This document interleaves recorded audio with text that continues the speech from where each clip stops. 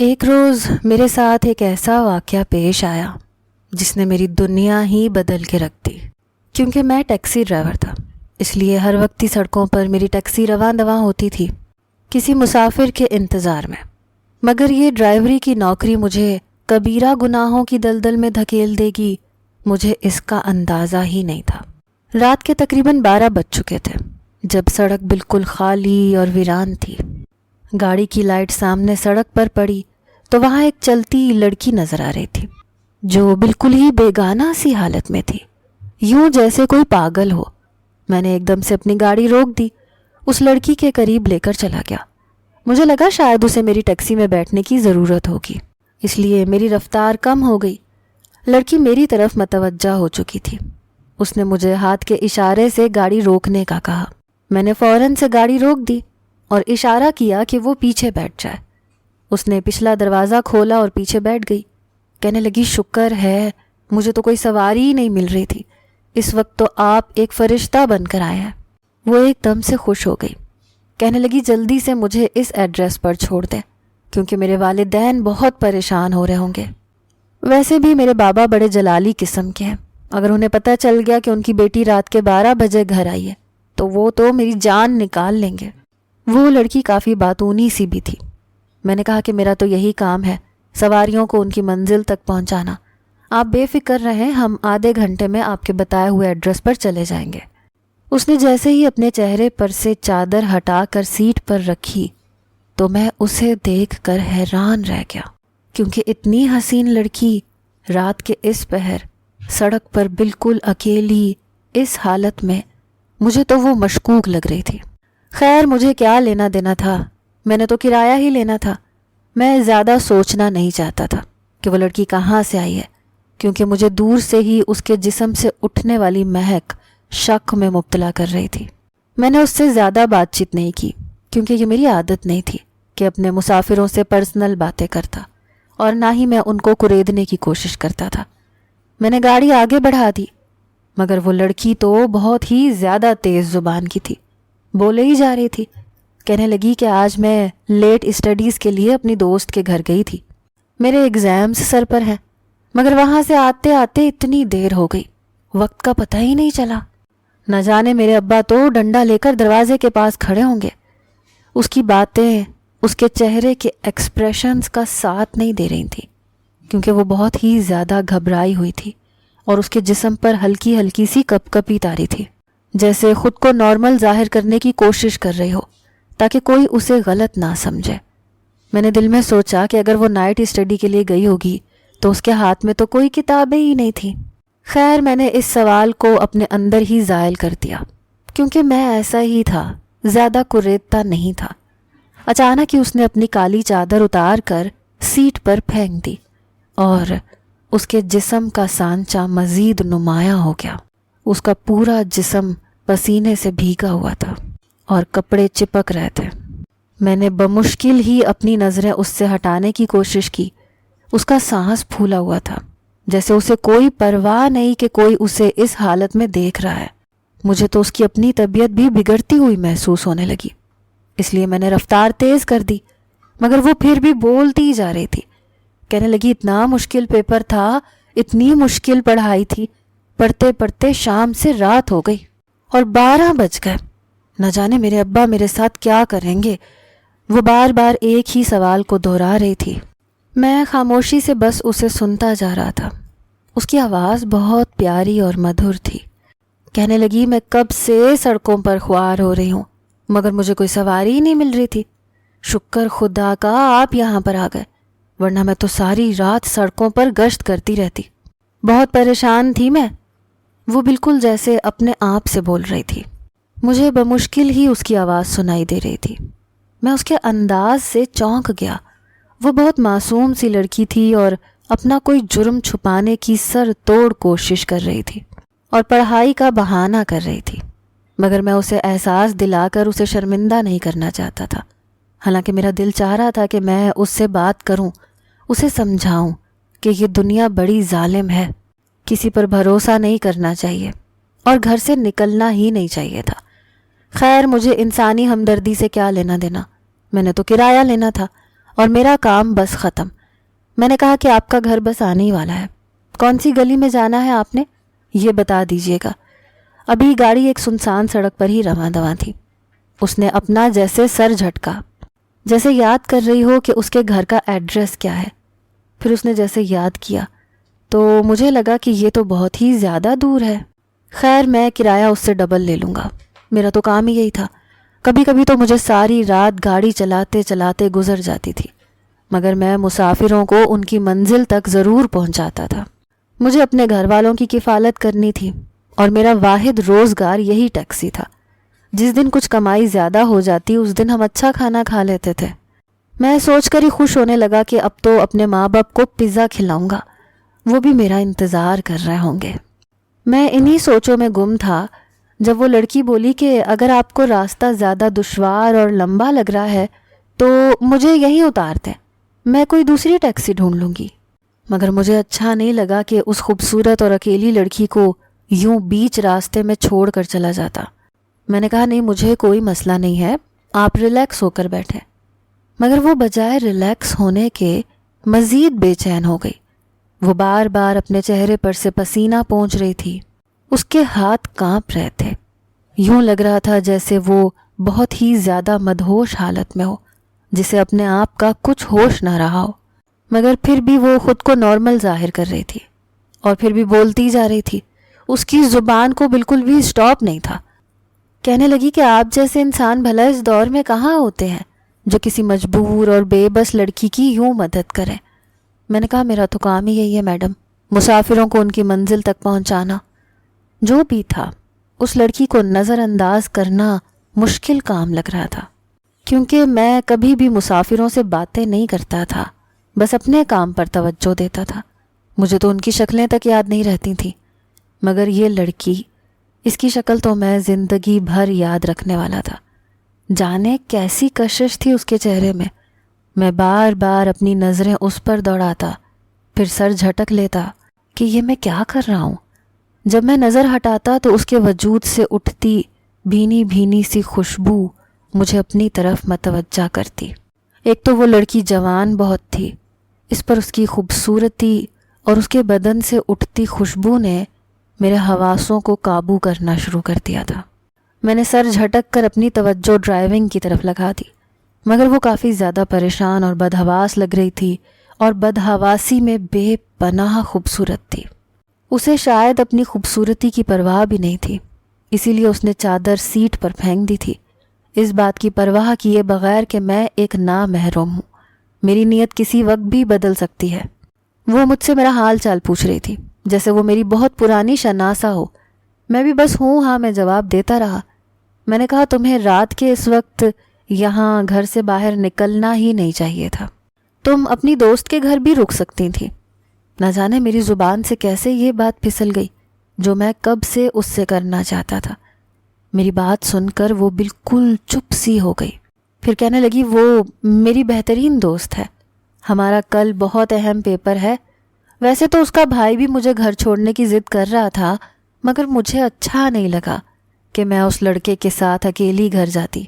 میں ایک دم سے اس لڑکی کی بات پر چونک سا گیا، کیونکہ وہ اس لڑکی کے بھائی کا ذکر بڑے کھوئے کھوئے سے انداز میں کر رہی تھی۔ اس کے چہرے پر عجیب سے تاثرات آ رہے تھے۔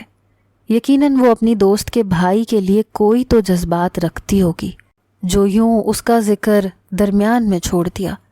میں حیران بھی تھا کہ وہ اپنی دوست کے بھائی کے ساتھ اکیلی گھر جانے سے ڈر رہی تھی اور مجھ جیسے اجنبی پر بھروسہ کر کے میری گاڑی میں بیٹھ گئی۔ مجھے وہ بہت ہی عجیب و غریب سی لگ رہی تھی۔ میں نے کہا مجھ جیسے اجنبی کے ساتھ جانے سے اچھا تھا تم اپنی دوست کے بھائی کے ساتھ چلی جاتی، کم از کم تمہاری دوست کو تو کچھ خبر ہوتی تمہاری کہ تم اس وقت کہاں ہو۔ میں اپنی حیرت کا اظہار کیے بنا نہ رہ سکا، مگر وہ میری بات سن کر بالکل خاموش ہو گئی۔ سنجیدگی سے بولی کہ مجھے اس کا بھائی اچھا نہیں لگتا، اور یہ وہ جملہ تھا جو مجھے اس بات کی یقین دہانی کروا گیا کہ واقعی اس کے اور اس کی دوست کے بھائی کے درمیان میں کچھ معاملہ تو ہے۔ وہ شدید الجھن کا شکار ہو گئی تھی، اب اس سے اپنی حالت سنبھالنا مشکل ہو چکا تھا۔ میں بے پناہ پریشان ہو گیا پھر اس نے خود ہی بولنا شروع کر دیا اور اپنی کہانی سنانی شروع کر دی، وہ بھی بالکل ایک اجنبی ڈرائیور کو۔ کہنے لگی میں اپنی دوست کے گھر اکثر ہی جاتی ہوں، مگر اس کا بھائی مجھ پر نظر رکھتا ہے، بہانے بہانے سے میرے قریب آنے کی کوشش کرتا ہے، مجھے چھونے کی کوشش کرتا ہے، اکثر ضد کرتا ہے کہ مجھے میرے گھر چھوڑنے جائے گا۔ ایک بار میں اس کے ساتھ گھر جانے لگی تو راستے میں اس نے میرے ساتھ بدسلوکی کرنے کی کوشش کی۔ جب میں نے اسے ٹوکا تو بہانہ بنا گیا، کہنے لگا تمہاری چادر ٹھیک نہیں تھی، میں صرف چادر ٹھیک کر رہا تھا، حالانکہ وہ بار بار مجھے چھونے کی کوشش کر رہا تھا۔ خدا خدا کر کے میں گھر پہنچ تو گئی، مگر اس کے بعد دوبارہ اس کے ساتھ جانے کا خطرہ مول نہیں لیا۔ وہ ایک دم بولتے بولتے چپ ہو جاتی تھی اور پھر سے نان اسٹاپ بولنے لگتی تھی۔ اس کے ہاتھ بھی اپنی زبان کی طرح تیزی سے حرکت کر رہے تھے، کبھی وہ ماتھے کا پسینہ صاف کر رہی تھی، کبھی اپنی قمیض کے پلو سے خود کو ہوا دینے کی کوشش کر رہی تھی، مگر اس کا سانس پھولتا ہی جا رہا تھا۔ مجھے لگا کہ لڑکی کے ساتھ کوئی معاملہ تو ضرور ہے۔ میں پریشان سا ہو گیا۔ وہ مسلسل بول رہی تھی، کہنے لگی آج بھی وہ مجھ سے ضد کر رہا تھا، کہنے لگا میں تمہیں چھوڑ آتا ہوں، مگر میں اس پر بھروسہ نہیں کر سکتی تھی۔ ایک ہی بار میں نے بڑی مشکل سے اس سے جان بچائی تھی۔ میں اتنی خوبصورت ہوں کہ وہ بدنیت ہو سکتا تھا، مرد کا کیا بھروسہ ہوتا ہے۔ وہ اتنی بہکی ہوئی حالت میں بھی ہوش و حواس والی باتیں کر رہی تھی، مطلب اسے اتنا تو پتہ تھا کہ اکیلے لڑکے کے ساتھ سفر کرنا خطرناک ہو سکتا ہے، وہ کسی بھی وقت آپ کی خوبصورتی سے فائدہ اٹھا سکتا ہے۔ پھر اس نے ایک ایسی بات کی کہ میں بالکل سکتے میں آ گیا۔ کہنے لگی آج تو اس نے حد کر دی تھی۔ میرے لیے جوس کا گلاس لایا، کہنے لگا اسے پی لو۔ میں نے ہمدردی میں پی لیا کہ چلو میری دوست کا بھائی ہے، میرے لیے جوس لایا ہے تو پی لیتی ہوں، مگر جوس پلانے کے بعد وہ مجھ سے اوچھی حرکتیں کرنے لگا۔ کہنے لگا آج تو میں ہی تمہیں چھوڑنے جاؤں گا۔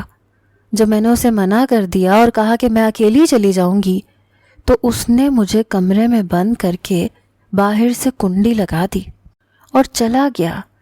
میں تو اس کی حرکتوں پر حیران ہو گئی، اوپر سے میری طبیعت خراب ہونے لگی، نہ جانے اس نے جوس میں کیا ملا رکھا تھا۔ میں تو حیرت سے گنگ اس کی باتیں سن رہا تھا، جیسے مجھے جو خدشہ لاحق تھا وہ یقین میں بدلنے والا تھا۔ کہنے لگی اس نے مجھے جان بوجھ کر اپنے گھر میں دیر سے رکھا تھا تاکہ میں آج کی رات اس کے گھر میں گزارتی، لیکن خدا خدا کر کے میری دوست آ گئی، اس نے دروازہ کھول دیا۔ میں تو بھاگتی ہوئی گھر کی طرف آنے لگی، شکر ہے راستے میں آپ مجھے مل گئے۔ مجھے تو اس کے ارادے ٹھیک نہیں لگ رہے تھے۔ مجھے اپنی عزت کی حفاظت کرنا آتا ہے، میں جانتی ہوں کہ کون سا مرد بے باک قسم کا ہے اور مجھ سے اپنا مطلب نکالنا چاہتا ہے، میں اچھی طرح سب سمجھتی ہوں۔ وہ پریشانی کے عالم میں بار بار بول رہی تھی۔ میں نے اس کی حالت کو سمجھتے ہوئے ترہم بھری نظروں سے اسے دیکھا۔ یقیناً وہ بہت زیادہ پریشانی اور گھبراہٹ کی وجہ سے اتنی گھبرائی ہوئی تھی اور حواس باختہ ہو رہی تھی، کیونکہ اس کی بات نے تو مجھے یقین دلا دیا تھا کہ لڑکے نے ضرور اس کے جوس میں کچھ ملا کر اسے پلایا ہے، جس کی وجہ سے اس کا جسم گرم ہو چکا ہے اور وہ عجیب عجیب حرکتیں کر رہی ہے۔ پریشانی سے میرے ماتھے پر بھی پسینہ آ گیا، کیونکہ میرا ایسی صورتحال سے پہلی بار پالا پڑا تھا۔ اچانک ہی اس پر ایسا جنون چڑھا کہ اس کا پورا جسم شدید کانپنے لگا، جیسے کسی چیز کی شدت کی طلب نے اسے دیوانہ کر دیا ہو۔ اس نے کہا کہ گاڑی روک دو پلیز۔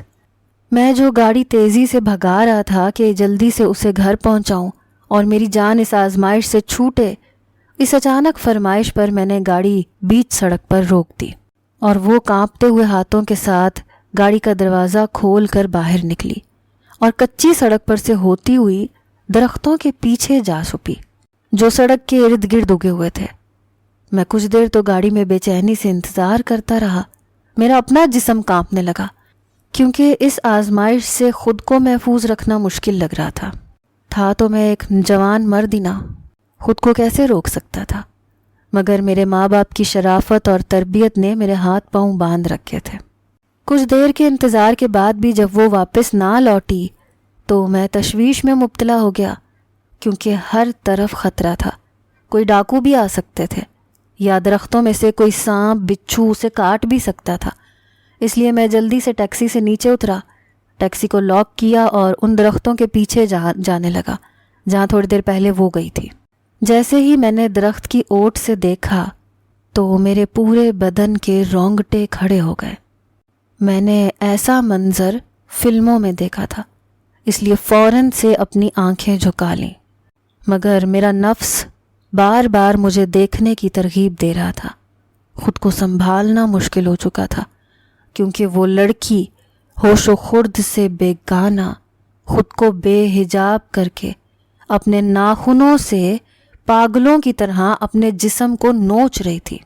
اس پر کوئی جنون سا سوار تھا کہ نہ جانے وہ کیا کر ڈالے گی خود کے ساتھ۔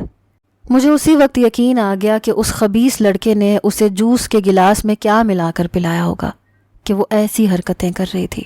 اسے ڈرگز کی اوور ڈوز دی گئی تھی جس سے اس کا جسم گرم ہو چکا تھا، کیونکہ وہ لڑکا اسے مجبور کرنا چاہتا تھا کہ وہ خود ہی اس کے قریب آ جائے، خود کو روک نہ پائے۔ اسے یوں دیکھ کر میرے لیے خود کو سنبھالنا بے انتہا مشکل ہو رہا تھا۔ اس طرح کی آزمائش سے زندگی میں میرا پہلی دفعہ پالا پڑا تھا۔ میں ایک کنوارا مرد تھا۔ میری منگنی بچپن میں میری کزن ماہین کے ساتھ طے تھی، جو خود کو 7 پردوں میں رکھتی تھی، کیونکہ ہمارا گھرانہ کافی شریف گھرانہ تھا۔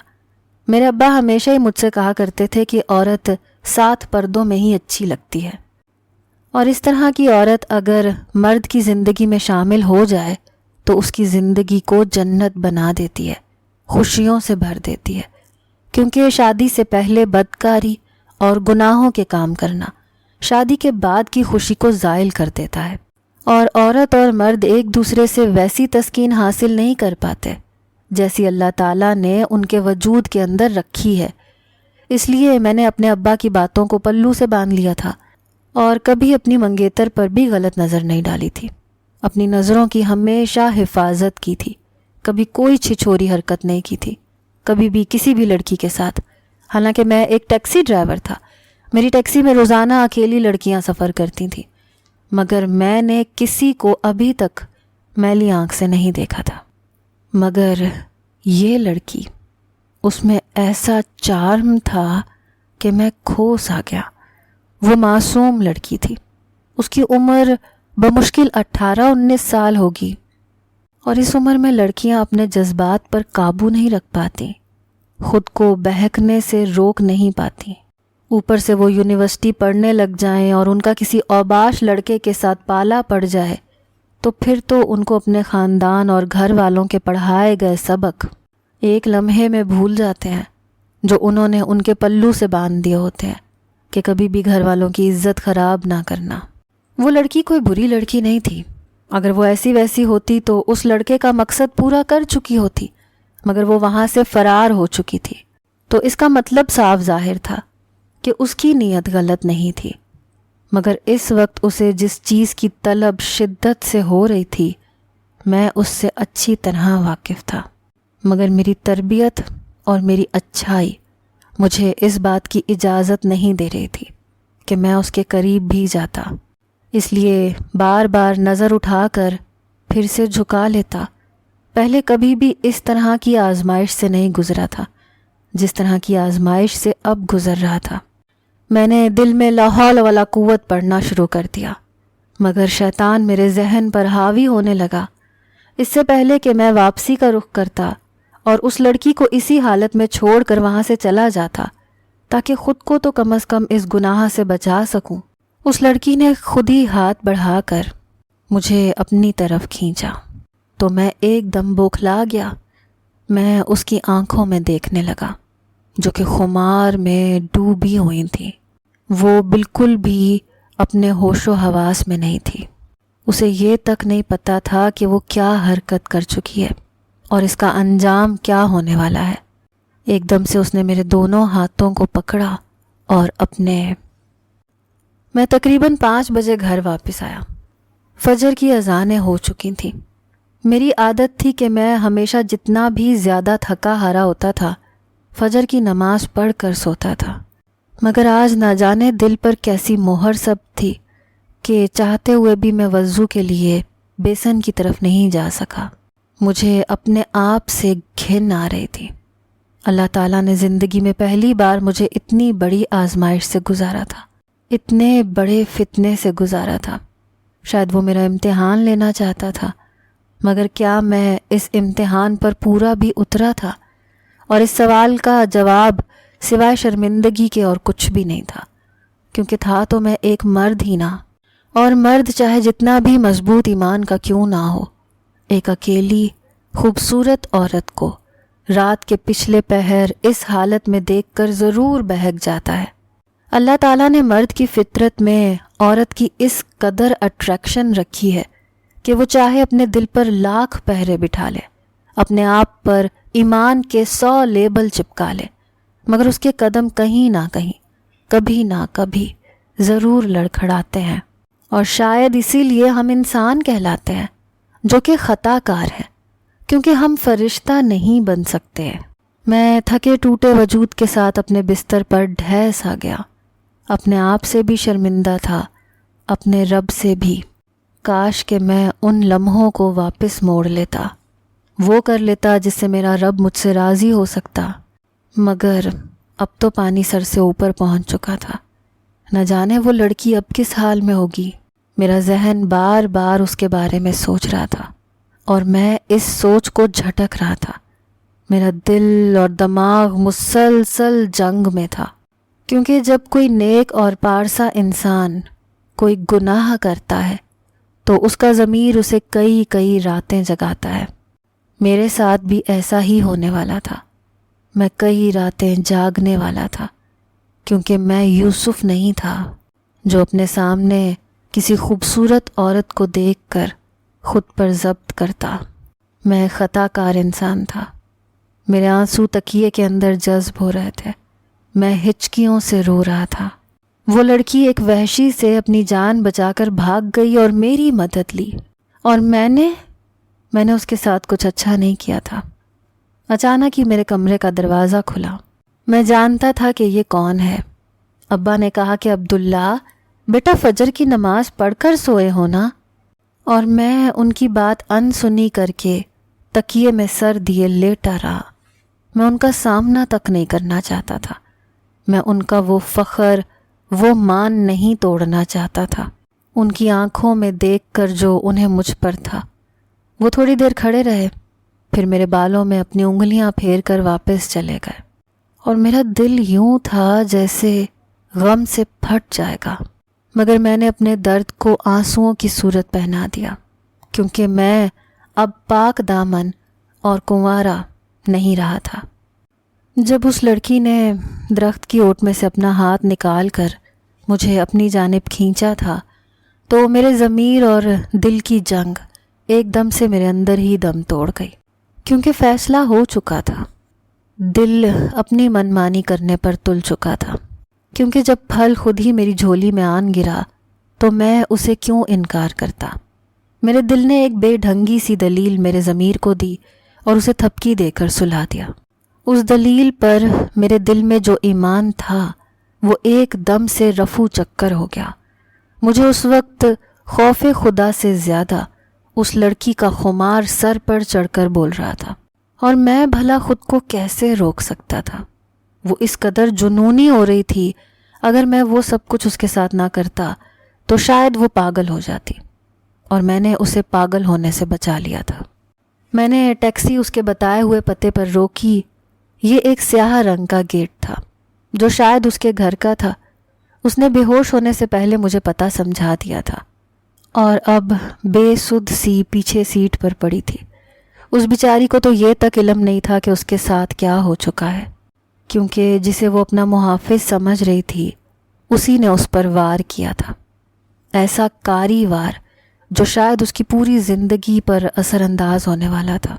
مگر میں ہر سوچ کو ذہن سے جھٹکے دروازے پر بیل بجانے لگا۔ میں جلد از جلد اس سے چھٹکارا پانا چاہتا تھا۔ میرا دل بہت بھاری ہو رہا تھا۔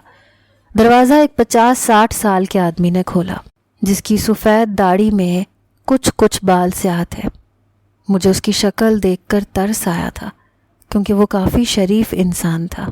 اس کی آنکھوں میں بہت زیادہ تشویش تھی۔ میں نے کہا کہ میری گاڑی کی پچھلی سیٹ پر آپ کی بیٹی بے ہوش پڑی ہے، اس کے ساتھ کسی نے نازیبا حرکت کی ہے، اسے سڑک پر پھینک کر چلا گیا تھا۔ جب میں نے اس سے پوچھا کہ وہ کہاں سے آئی ہے تو اس نے مجھے یہ پتہ بتا دیا کہ آپ مجھے یہاں چھوڑ آئیں، پلیز آپ اسے دیکھ لیں، اگر وہ آپ کی بیٹی ہے تو آپ اسے اپنے گھر لے جائیں۔ اور اس کا باپ جیسے اپنی ہی نظروں میں گر گیا۔ وہ کانپتے وجود کے ساتھ گاڑی کی پچھلی سیٹ تک گیا تھا اور راستے میں وہ 3 دفعہ لڑکھڑایا تھا۔ اس کا ایک ایک اٹھتا قدم میرے دل پر اور بھی زیادہ بوجھ بڑھا رہا تھا۔ مجھے بار بار اپنے باپ کی شکل یاد آ رہی تھی جو بالکل ان کے جیسا شریف تھا۔ بھلا ماں باپ کا کیا قصور ہوتا ہے جو اپنی اولاد پر بھروسہ کر کے انہیں زمانے کے حوالے کرتے ہیں؟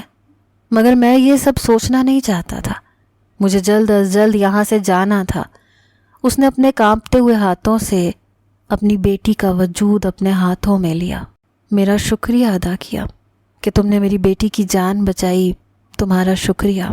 میں محسوس کر سکتا تھا کہ اس کا لہجہ شدت جذبات سے تر تھا، جیسے وہ ابھی رو دیں گے، اور رونے تو میں بھی والا تھا، مگر میں جلدی سے ٹیکسی میں بیٹھا اور اتنی تیز رفتاری سے گاڑی چلائی کہ اگر میرا ایکسیڈنٹ بھی ہو جاتا تو مجھے کوئی پچھتاوا نہ ہوتا، کیونکہ میں نے کسی کی زندگی برباد کر دی تھی۔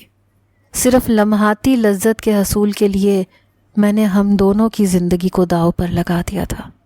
میں اس وقت کو واپس نہیں لا سکتا تھا جو گزر گیا تھا، اس لیے گھر کی جانب چل دیا۔ میرے ابا ہونکوں کی طرح میری شکل دیکھ رہے تھے، جیسے انہیں یقین نہ آ رہا ہو کہ میں کیا بول رہا ہوں، مگر میں فل سنجیدہ تھا۔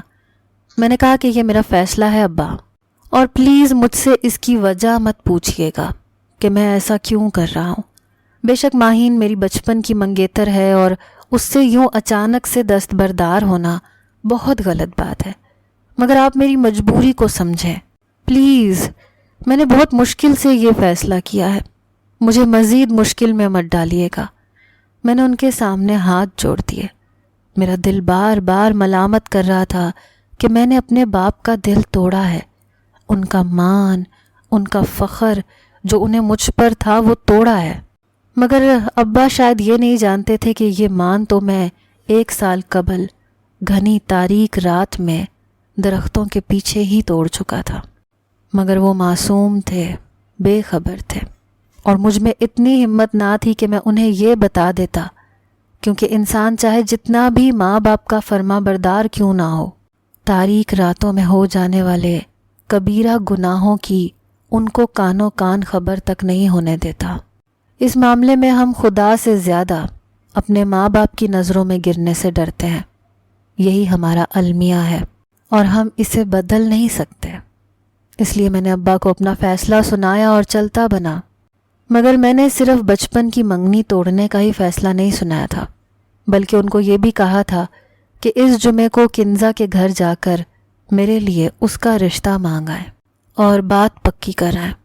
میں جلد از جلد اسے اپنانا چاہتا تھا، کیونکہ میرے ضمیر کی آواز مجھے راتوں کو سونے نہیں دیتی تھی۔ دل کا بوجھ بڑھتا جاتا تھا، کسی پل چین نہیں تھا۔ اس 1 سال میں نہ جانے میں اپنے رب کے سامنے کس قدر گڑ گڑایا تھا، اس سے اپنے گناہ کی معافی مانگی تھی۔ میری آنکھیں اب ہر وقت سیلاب بنی رہتی تھیں، مگر میں پرواہ کیے بغیر ہر صورت اس رب سے بالکل ویسا تعلق جوڑنا چاہتا تھا جیسا ان درختوں کی اوٹ کے پیچھے جانے سے قبل تھا، اور اس آزمائش نے میرے ایمان کو پاش پاش کر دیا تھا۔ اب میں اسے واپس جوڑنا چاہتا تھا۔ شاید میری ندامت مجھے رات بھر سونے نہیں دیتی تھی، میں اللہ سے توبہ کرتا رہتا، مگر بڑے اور کبیرہ گناہ صرف توبہ سے معاف کہاں ہوتے ہیں۔